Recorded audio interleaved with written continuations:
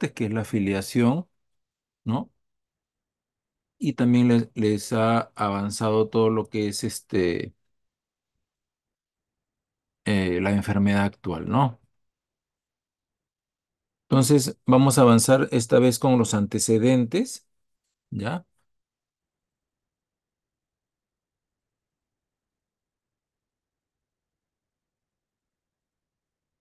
Ya, entonces, vamos a ver los antecedentes.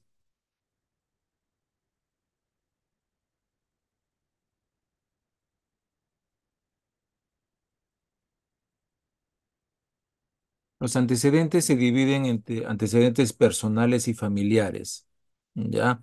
Personales y familiares. Empezamos siempre con los personales y estos personales se pueden dividir en tres también, en antecedentes generales, antecedentes fisiológicos y antecedentes patológicos. Entonces, esa es la...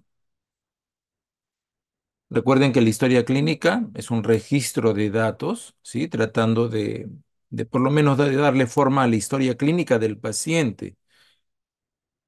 Cada paciente, en cada vez que se hospitaliza, va a tener una historia clínica diferente, ¿ya? Forma parte, la historia clínica reúne los datos de la hospitalización, o sea, del episodio de enfermedad que motiva la hospitalización. Una persona puede tener varios registros de historias clínicas. Entonces, a través de ese registro puede tener,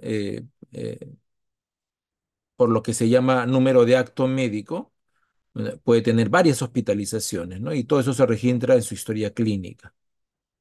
Entonces, cuando yo tomo datos de la afiliación, tomo datos de la enfermedad actual y tomo datos de los antecedentes, estoy tratando de reunir datos para dar un buen diagnóstico, para completar el diagnóstico.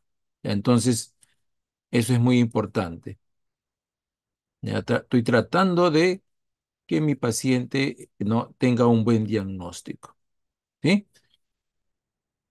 Entonces,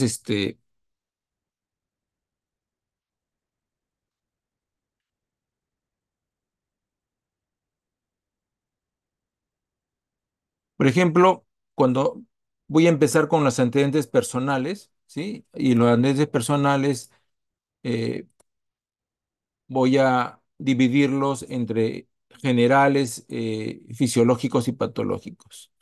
Y uno de los antecedentes importantes llamados generales, ¿no? Eh, es la vivienda, la alimentación, el tipo de vestimenta, los hábitos nocivos, ¿no? Que nos van a servir, ¿no? Bastante para registrar estos datos de generales en el paciente. ¿Ya? Entonces, existen otros antecedentes generales, por ejemplo, la situación económico-social, los psicosociales, las residencias y ocupaciones anteriores, las inmunizaciones, las alergias, las transfusiones sanguíneas. Pero vamos a empezar con el tipo de vivienda, ¿no? O sea, el tipo de construcción nos permite saber dónde vive nuestro paciente. Si el paciente tiene todos los servicios de agua y desagüe, ¿no? ¿No? ¿Dónde vive? Hay número de habitaciones suficientes para todos los que habitan ¿no? Eh, ¿cómo se llama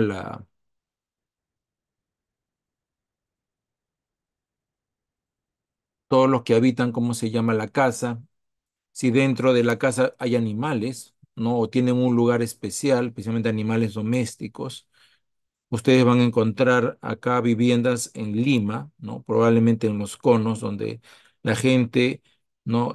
Tiene a veces cría animales, pero no los cría separados por ejemplo, en un cuarto aparte, sino a veces los cría en la cocina, por ejemplo, o en otro ambiente en la sala, ¿no? Entonces, es por costumbre que tienen del sitio de origen, ¿no? Y algo muy importante en el tipo de vivienda es el número de habitaciones. ¿Ya? El número de habitaciones y de dormitorios, ¿ya? Nos permite saber si el paciente está hacinado, ¿ya? El hacinamiento es importante, especialmente recuerden que nuestro país es un país con alto registro de tuberculosis, ¿no? Entonces, en los tuberculosis muchas veces se generan en sitios hacinados, donde existen muchos habitantes para pocos dormitorios, ¿no? Pocas habitaciones para esos habitantes del domicilio. Entonces, el tipo de vivienda es muy importante. La alimentación, ¿no? Recuerden, ahora existen muchos tipos de alimentación, alimentación vegetariana, variada, ¿sí? Veganos, ¿no? Existen alergias alimentarias y todo eso tiene que ser registrado, ¿no? Ser registrado ¿cómo se llama? En el caso de nuestro paciente, ¿no? La vestimenta, si está de acuerdo con la estación. ¿Saben ustedes qué enfermedades puedo diagnosticar o descartar solo por la vestimenta? ¿Algún participante? Sí, doctor, las que tienen que ver con la tiroides. Claro, las que tienen que ver con la tiroides. Pues yo puedo ver, ahora que estamos en temporada de calor, en pleno calor, digamos, a media tarde, una persona bien abrigada por la calle. Bien abrigada porque porque sufre de intolerancia al frío, pero no existe frío, existe mucho calor. Entonces no vaya a ser que esa persona sea hipotiroidea, ¿no? Lo contrario, una persona donde en temporadas de frío, ¿sí? Temporadas de frío y esa persona esté bien desabrigado, entonces puede ser un hipertiroideo, ¿no? Entonces, la vestimenta es muy importante, ¿no?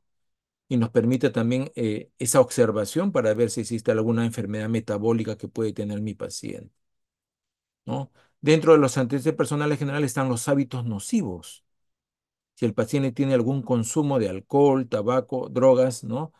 Hay que fijar la cantidad, qué cantidad consume de alcohol, qué cantidad consume de tabaco, ¿no? Y con qué frecuencia lo hace, ¿no? La persona puede consumir alcohol, pero lo consume socialmente, ¿no? O fumar también socialmente. Entonces, eso puede ser simplemente un hábito, pero llegar a ser nocivo para la salud, probablemente no, pero si lo hace con mucha cantidad y mucha frecuencia, en ese caso sí. El uso de drogas, ¿m? Entonces también es importante, ¿no? Entonces, miren, muy importante la cantidad y la frecuencia. ¿Ya? Por ejemplo, el tabaco, ¿ya? Existe un término, por ejemplo, de fumador pesado, o sea, aquella persona que consume más de 10 packs al año, ¿no? Que son paquetes grandes, ¿no? Con más de 20, un paquete con más de 20 paquetes de cigarrillos, de 20 cigarros por paquete, ¿no? Entonces, el consumo más o menos, si yo lo saco a diario, saldría mayor o igual a 10 cigarrillos por día. Una persona que consume más de 10 cigarrillos por día por más de un año, en forma continua, se convierte en un fumador pesado. Y el fumador pesado tiene riesgo no solo de neoplasias de la vía aérea superior o de la vía aérea inferior, ¿no? Sino también tiene el riesgo de POC, por ejemplo, ¿no? De fibrosis pulmonar. Ya entonces, el hábito nocivo no nos importa tanto eh, el que consuma, sino en qué cantidad y con qué frecuencia lo hace. ¿Ya? Ahí están miren, eh, es cierto, por cada región del planeta, ¿no? Las regiones geográficas, ¿no? Según el tipo de clima, existen diversos tipos de vivienda, ¿no? Acá tenemos, por ejemplo, una vivienda, ¿sí? Una vivienda en la parte superior a la izquierda de la selva, ¿no? Miren, ¿no? El techo, ¿no? Y doble caída. Una vivienda de una zona, por ejemplo, eh, eh, urbana, ¿no? Un edificio, ¿no? Una vivienda de una zona indígena en Estados Unidos, una vivienda de la zona polar en la parte inferior a la derecha, ¿no?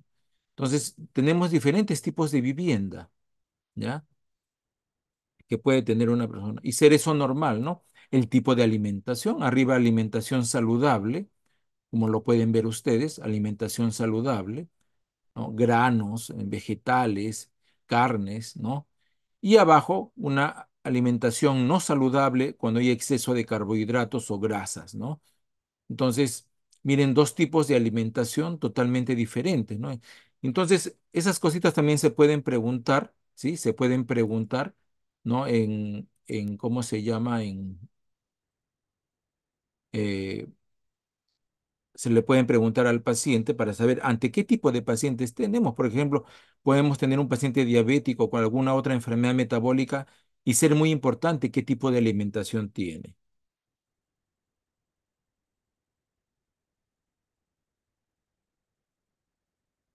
Está el tipo de vestimenta, ¿sí? Según la región, ¿no? Y según la estación, ¿sí?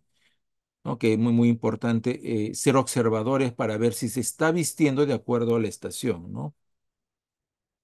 Los hábitos nocivos, miren ahí esa persona con hábitos nocivos, por ejemplo, el tabaco, y el tipo de alimentación. Muchas veces el tipo de alimentación, cuando hay exceso, se convierte, ¿no? En, ¿cómo se llama? En algo nocivo totalmente para la salud.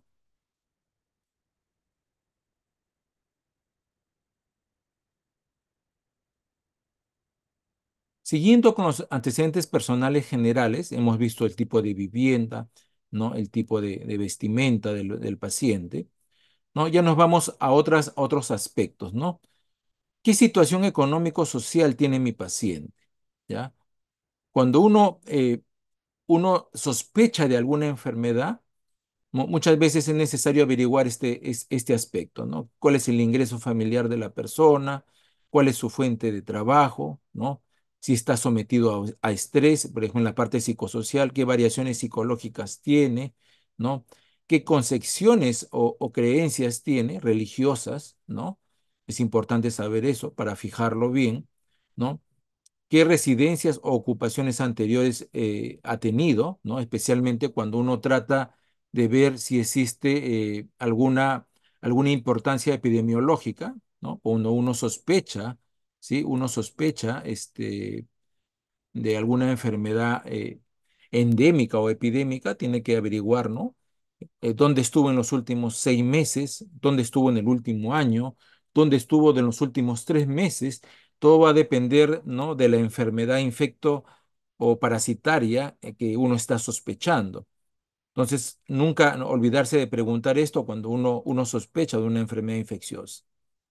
Las inmunizaciones, ¿sí? Las inmunizaciones es importante. Las vacunas, ahora con la epidemia que tuvimos del COVID, hay que saber también dentro de las inmunizaciones, en la tarjeta de vacunación COVID, cuántas dosis ha recibido de inmunización, ¿no? O sea, en cuanto a su calendario de vacunación, si ha recibido dosis completas o dosis parciales, es importante, ¿ya? Alergias. Aquí en lo que es alergias, no solo va las alergias a los medicamentos. Cuando uno registra una alergia importante, por ejemplo, a un medicamento de uso hospitalario, uno tiene que hacer un rótulo, ¿no? De a qué alergia tiene y ponerlo, pegarlo, ese rótulo, en la parte de adelante de la historia, ¿no? Ustedes van a ver que ahora han elegido, ¿no?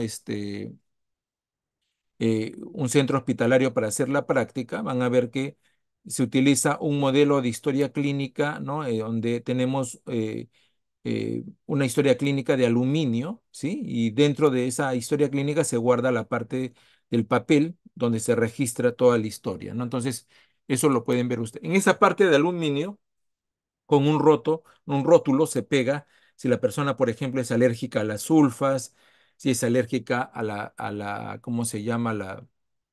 A la penicilina, ¿no?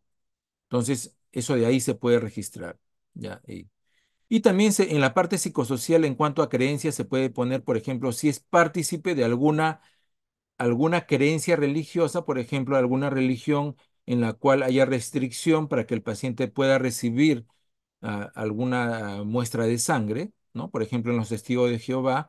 Entonces también se hace un rótulo y se pega en la historia en la parte de adelante, porque muchos pacientes, ¿no? Pueden tener alguna enfermedad hematológica y justo tienen este tipo de religión, ¿no? Y tenemos que respetar esa parte, pero también hacerlo partícipe para todo el personal del hospital, para la enfermera, los técnicos, de que el paciente tiene este tipo de religión. Y hay que respetar eso para tratar de evitar, ¿no? Las transfusiones o todo lo que está en relación a la religión, a las prohibiciones de la religión, ¿no? Y todo eso también se rotula en la parte de adelante de la historia, ¿no? Cuando el paciente es un paciente quirúrgico, ¿no? Que va a ser sometido a sala de operaciones, importa su grupo sanguíneo, ¿no?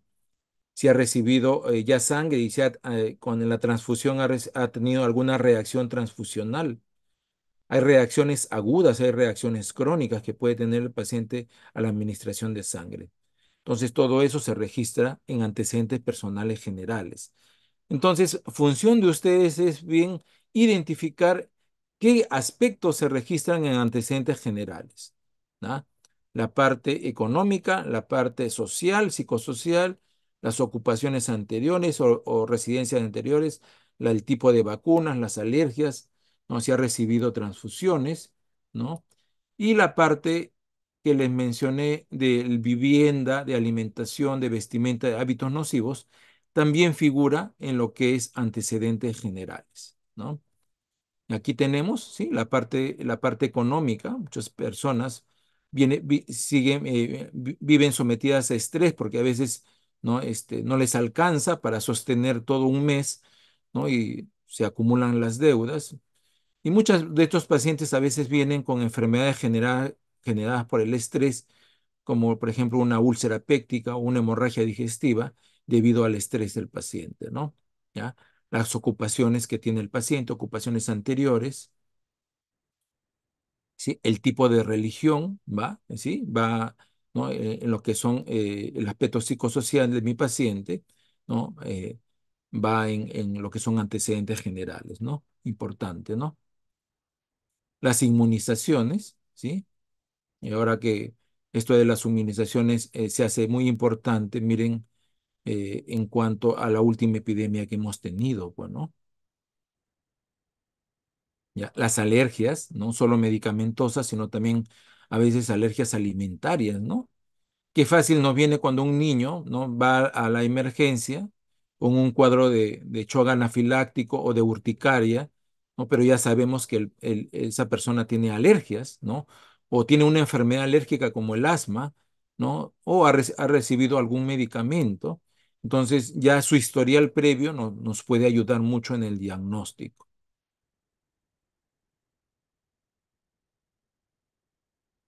Ya ahí me han escrito acerca de lo que pregunté hace un rato.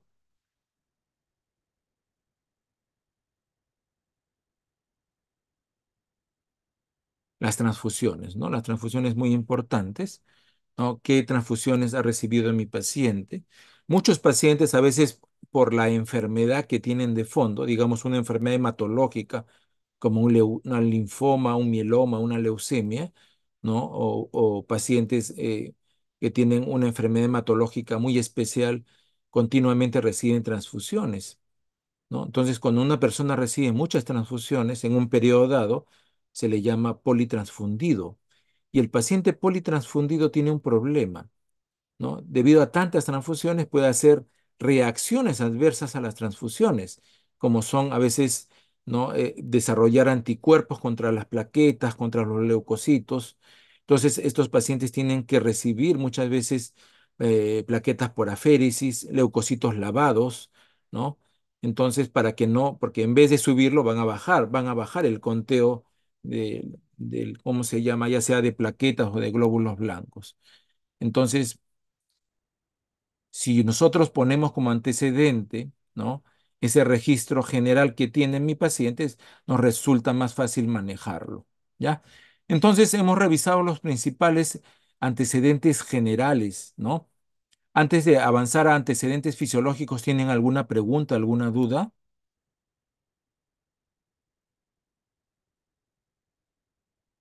¿Alguna pregunta, alguna duda? Todo está claro, Todo claro, doctor. ¿ya? Vamos a hablar ahora de antecedentes fisiológicos, ¿ya? Para que uno, muchas veces los alumnos, a veces los internos, confunden, ¿no? ¿Dónde va la parte general?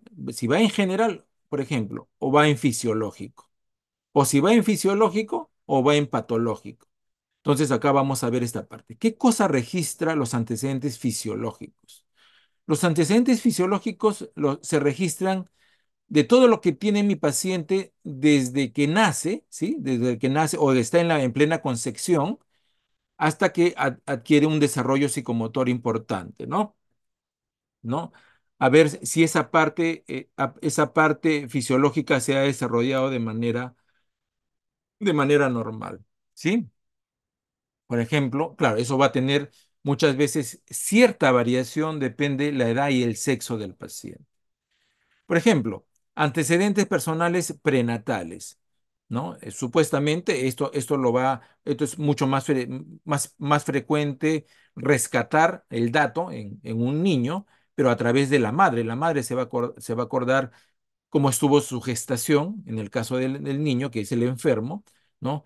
Cuántos meses de gestación tuvo al nacer, si se fue pretérmino, postérmino o a término, si en plena gestación tuvo alguna enfermedad intercurrente, ¿no?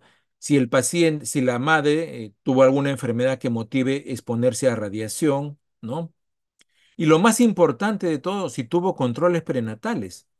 En cada mes de gestación fue sometida a controles prenatales o no, ¿ya? Porque esto es muy importante, especialmente cuando uno hace una historia pediátrica. Ya lo van a ver cuando roten en pediatría cuán importante es esta parte de antecedentes fisiológicos. Una vez que el bebé nace, hay que saber con qué edad gestacional nació, si hubo o no inducción al parto, si se le hizo un Adgar, con qué Adgar nació, ¿sí? Adgar es el puntaje del recién nacido, ¿no? Muchos recién nacidos muchas veces nacen con asfixia, ¿no? Con algún problema perinatal, ¿no? Entonces se le hace un Adgar y según el resultado del Adgar me va a decir si esta persona es necesario un monitoreo posterior o si ha nacido con un Adgar adecuado, ¿ya? Porque a veces cuando el Átagara sale muy alterado, probablemente esta persona tenga un desarrollo psicomotor digo, anormal y necesite un poquito mayor de dedicación, ¿no? La lugar y atención del parto. ¿Dónde fue atendido? Fue atendido en domicilio. Me acuerdo cuando hice mi serum, ¿no? Eh, Mucha gente se atiende aún en domicilio, allá donde hice en Santa Cruz, en Cajamarca. Mucha gente se va a atenderse en domicilio, se atiende en el domicilio. Hay todavía el concepto de la partera, ¿ya? Eh, Son pocos las personas que se atienden en un centro médico o en un hospital en muchas zonas del país, ¿sí? ¿No? Muchas veces, eh, eh, a veces, ¿cómo se llama? Recién van al médico cuando se lo dice la partera o se lo dice el curandero. Recién ahí acuden al médico. Entonces, es importante dónde se hizo el lugar y atención del parto. Y una vez que ya estamos con el niño pequeño, ¿no? Si se ha desarrollado adecuadamente la lactancia o la lactancia, se retiró la leche, ¿no? Cómo fue su desarrollo psicomotor, si se sentó a los 6, 8 meses, si se paró al año, si caminó, todo eso hay que ver cómo ha sido su desarrollo psicomotor, a qué hora, en qué momento fue el habla del paciente. Todo eso forma parte de los antecedentes personales fisiológicos, ¿ya? Y miren cómo esta parte se está registrando ya. Pero ya viene el concepto de enfermedad, porque en mucha de esta parte fisiológica ya me mencionan ciertas cositas que puede haber tenido la persona, ¿ya? Ya sea en su control prenatal, ya sea en que tuvo un Apgar no adecuado, ¿no? Que tuvo un mal desarrollo psicomotor. Todo eso nos aporta muchas veces en muchas enfermedades. Ese es el control prenatal que normalmente debe hacerse, ¿no? Por lo menos tener 9 a 10 controles prenatales, ¿ya? Para que nos digan que tiene un parto que está yendo bien, ¿no? Que no se está complicando con algún problema cardíaco, algún problema renal, algún problema digestivo que pueda tener el bebé, ¿no? ¿Ya? ¿Cómo fue el Adgar? Si respiró, si lloró rápido, ¿sí? Si todo eso se ve, ¿no? Se le hace un puntaje al nacer, ¿no? Y a las 24 horas. Cómo fue la lactancia, cómo ha sido el desarrollo psicomotor, eso es muy importante, muy importante. Seguimos con los antecedentes personales fisiológicos y aquí hacemos un hincapié, así como hemos mencionado del bebé, ¿sí? También nos vamos a ir un poquito en la parte fisiológica a la mujer, ¿sí? A la mujer, ¿ya? En la mujer poniendo una pequeña separación en la parte fisiológica, o sea, solo le vamos a preguntar a la mujer, ¿no? ¿Cuándo fue su primera regla? O sea, su menarquia, ¿cuándo fue? cuál es el régimen catamenial, o sea, cuántos días reglas y cada qué tiempo. A eso se llama régimen catamenial, ¿no? Que hay que recordar que las primeras reglas son irregulares, ¿no? Antes de los 18 años generalmente son irregulares y después ya se hacen regulares, ¿no? El FUR, la fecha última de regla normal, cuando uno sospecha de embarazo, importante, ¿no? ¿Cómo fue su actividad sexual? Aquí sí hacemos un hincapié que la pregunta se le hace a ambos, ¿no? ¿Cómo fue la edad, cuántos años tenía cuando inició su actividad sexual, con qué frecuencia lo hacía o lo hace, ¿no? El número de parejas que ha tenido, ¿sí? Es importante eso cuando uno está tratando de ver, ¿no? Catamenial, régimen catamenial quiere decir, ¿no? ¿Cuántos días regla y cada qué tiempo? Por ejemplo, una mujer regla 5 días, cada 30 días sería 5 sobre 30 su régimen catamenial. Si regla 3 días cada 28 días, su regla es 3 sobre 28, como un quebrado, ¿ya? A eso se llama régimen catamenial. Hay personas que tienen un régimen catamenial prolongado, digamos 7 días, ¿no? Entonces, a eso se llama régimen catamenial, ¿no? Y las siglas son RS, ¿no? RC, digo, RC. Y el RCM, el régimen catamenial, es lo que se pone, y ya lo van a aprender, que la historia clínica obstétrica es una hojita con varios datos, básicamente, de la admisión del paciente obstétrico, ¿no? Después, en cuanto a la mujer saliendo de la actividad sexual, nos vamos a los antecedentes obstétricos, ¿no? ¿Cuántos partos ha tenido? ¿Sí? ¿Cuántas fueron cesáreas? ¿Ya? ¿Cuántos fueron partos normales? ¿Cuántos abortos ha tenido? Si estos abortos han sido espontáneos o provocados, ¿no? Los partos cuando son normales se llaman eutóxicos. EU, EU significa normal, eutóxico, es un parto normal. En cambio, los partos que no son normales, que nacen por otra vía como la cesárea, se llaman partos distóxicos, distóxicos, ¿ya? Es un dato para un término que muchas veces lo van a escuchar. Muchas veces el interno puede poner parto eutóxico, ¿no? Entonces, parto eutóxico es un parto normal. Y parto distóxico, por lo general, es un parto anormal, puede ser una cesárea, ¿no? La menopausia o climaterio. Acá en nuestro país, ¿no? La presencia de la última regla, que es la menopausia, ¿no? Se le llama la menopausia a ese periodo, ¿no? Entre 48 y 52 años en que se va la regla. Bueno, ya se pierde la regla, ¿no? Y climaterio no es la última regla, sino es el periodo, ¿no? Periférico alrededor de la menopausia, pues puede empezar unos 3 o 4 años antes y prolongarse 3 a 4 años después de la menopausia, se llama climaterio, caracterizado por bochornos, cambios del humor, cambios del sueño, cambios del apetito, variaciones del peso. Todo eso se llama climaterio, ¿ya? Entonces a eso se le llama climaterio en la mujer, ¿no? En el varón hay un término también que algunos urólogos lo utilizan a lo que se llama andropausia, ¿ya? Andropausia, ¿no? El varón lo puede tener y muchas veces va con lo que es la impotencia masculina, ¿no? Eh, Debido a la caída de la testosterona, ¿no? El varón, a diferencia de la mujer en la menopausia hay un cese definitivo de la producción de estrógenos, a diferencia del varón. El varón nunca deja de producir testosterona.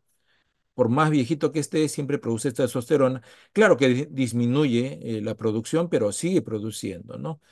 Pero puede haber algún cambio en el varón que ya deja de producir, digo, de que sufre una caída de testosterona, y a ese cambio sería una andropausia, bueno, o un climaterio masculino.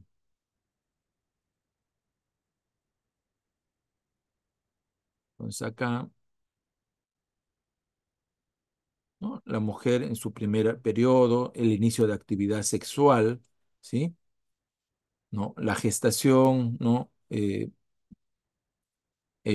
Parte de la parte fisiológica, el climaterio en la mujer, ¿sí? Entonces, hasta ahí hemos acabado todo lo que es fisiológico. ¿Hay alguna pregunta de ustedes en cuanto a antecedentes fisiológicos?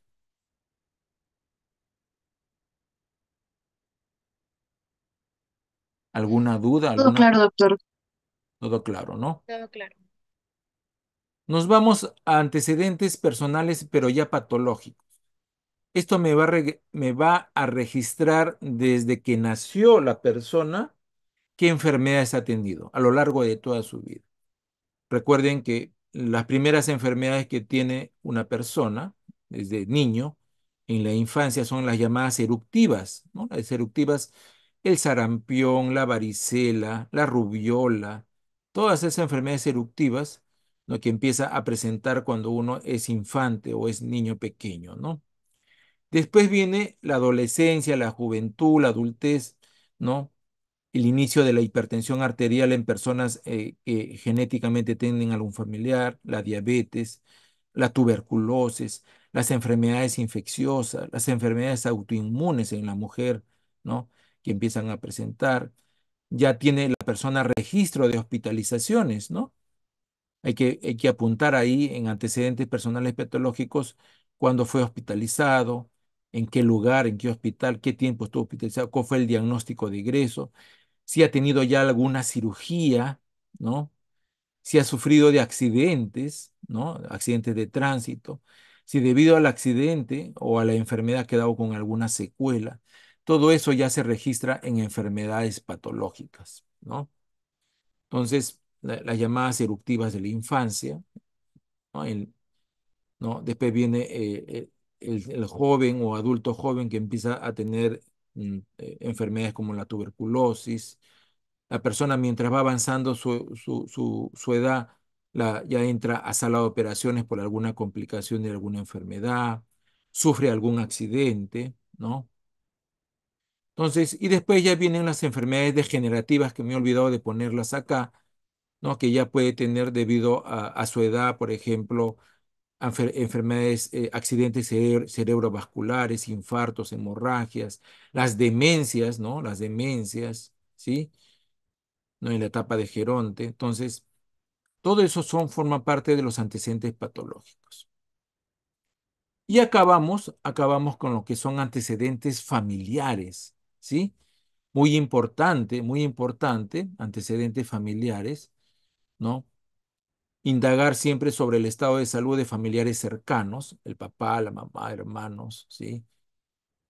Causa de muerte, de qué murieron mis familiares, de qué murió mi abuelo, mi abuela, mi tía, mi tío, alguna enfermedad genética, algún cáncer, ¿no? Cuando hay muchos casos de alguna enfermedad en la familia en diferente tiempo, se puede armar lo que se llama árbol genealógico o árbol familiar, ¿sí? Si hay muchas, ¿cómo se llama? En una enfermedad aguda, hay muchos familiares que la tienen, también tienen la misma enfermedad, se puede sospechar de una enfermedad infectocontagiosa. Imagínense que una persona acuda por fiebre, tos, pero al mismo momento en la casa hay como 3 o 4 casos parecidos, ¿no? Entonces, si hay 3 o 4 casos parecidos, yo sospecho de una enfermedad infectocontagiosa. ¿Ya? Entonces, miren, a través, se llama, uno puede heredar muchas enfermedades de los abuelos, de los padres, ¿sí? Muchas enfermedades que se heredan, que se pasan a través de la línea genética, ¿no? Y uno puede armar lo que se llama árbol genealógico. Este árbol, un poquito complicado, vemos mejor este árbol, miren, ¿ya? Acá tenemos arriba, en la parte de arriba, en rojo la persona con enfermedad y en plomo la persona sin enfermedad, ¿no? Acá el varón es el que tiene la enfermedad, ¿no? Tiene sus hijos, 3 hijos, ¿sí? 3 hijos, dos con la enfermedad, dos con la enfermedad. La hija que tiene la enfermedad se casa con otra persona que no tiene la enfermedad, tienen sus hijos. De 5 hijos, un varón tiene la enfermedad, ¿sí? ¿Ya? Y este varón se casa con una persona sin enfermedad y ya en una tercera generación tienen, miren, 2 personas con enfermedad. Entonces, muchas enfermedades son heredofamiliares, se heredan, ¿no? Entonces, uno puede armar, por ejemplo, en el caso de la diabetes, ¿no? En el caso de la hemofilia, etcétera, ¿no? Entonces, muchas enfermedades, por ejemplo, en el caso del cáncer, ¿no? ¿Y cuántos cánceres ha habido en la familia? Uno puede armar un árbol genealógico para ver si todo esto responde a una característica genética, ¿ya? Ahí tenemos una familia, ¿sí? Una familia. Entonces, por ejemplo, esa pequeña puede heredar alguna condición, a veces de los abuelos o de los padres, ¿sí? Y todo eso forma parte de su historia clínica, ¿ya? Forma parte de su historia clínica. Chicos, ¿tienen alguna pregunta, alguna duda en cuanto a antecedentes personales y familiares? ¿Alguna duda?